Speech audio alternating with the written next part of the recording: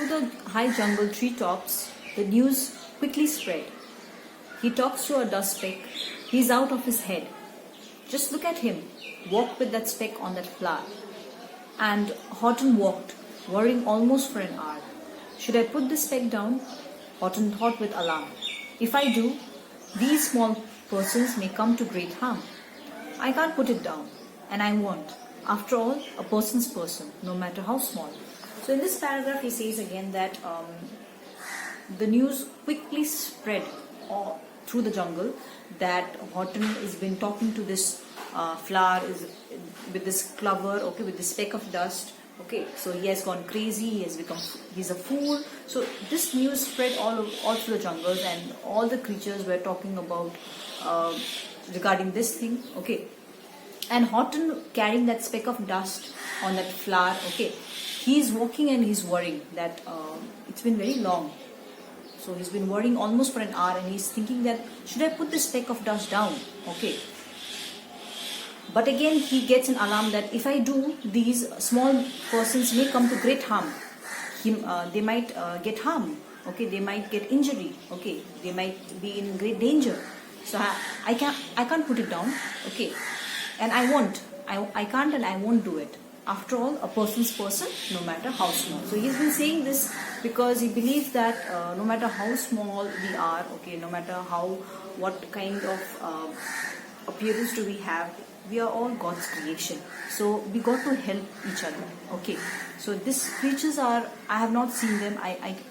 They are not visible to me, but they are scared. I know that, and I have to protect them. Okay. So here Horton is a very genuine kind of creature here. He's being very careful and thoughtful, and then he has taken this thing very seriously to protect these creatures now. Then Horton stopped walking. The speck voice was talking. The voice was so faint that he could barely hear it. So he stopped Horton while he was walking. So he was thinking all this and he was walking. But suddenly he stopped his walking because he hears this speck of dust. Okay, he hears this voice, very faint voice. He hears that they are talking something.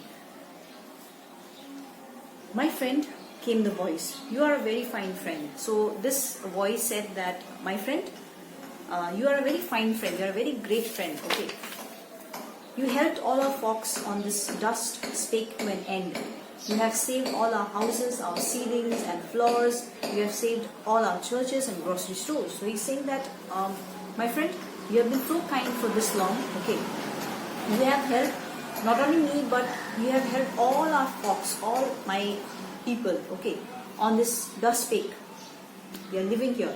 You have saved all our houses. You have saved our ceilings and floors. We have saved all our churches and grocery stores. So just imagine that they have all this thing in that small speck of dust. Okay.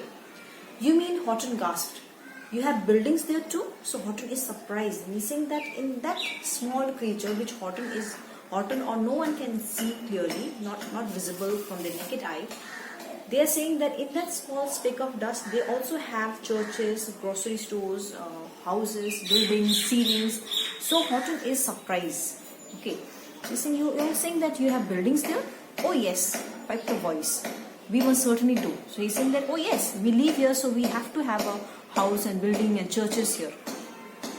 I know, called the voice. I'm too small to be seen, but I'm the mayor of a town. He's saying that I know I'm too small to be seen. Okay, you are not able to see me, but I'm the mayor. I'm the head of this town. Okay, that is friendly and clean, and our place is very friendly and it's very clean. Okay, our buildings to you would seem terribly small. So our buildings would be terribly small for you. Okay, but to us who aren't big, but for us we are not that big. So they are wonderfully tall. Okay. My town is called Whovilla, and they have this village name also, and it is called Whovilla. My town is called Whovilla, for I am a who. I am a who. Okay, the creature name is who. I am a who, and we live in this town called Whovilla. And we who's, that means all this group of who's. Okay, this creature of who's, and we who's are all thankful and grateful to you. We all are thankful and grateful to you for helping us, okay, for saving us from all the danger. And Horton called back to the mayor of the town, you are safe now. Don't worry, I won't let you down. So Horton says that It's okay. Okay, now don't worry, you are in a safe hand, and don't worry, you are safe, and I won't let you down. I'll be saving you further as well. Okay, that's what Horton and this mayor is having a conversation. But just as he spoke to the mayor of the speck, 3 big jungle monkeys climbed up Horton's neck. The Wickersham brothers came shouting, "What rot? This elephant's talking to who are not, and we are going to stop all the nonsense so there." So,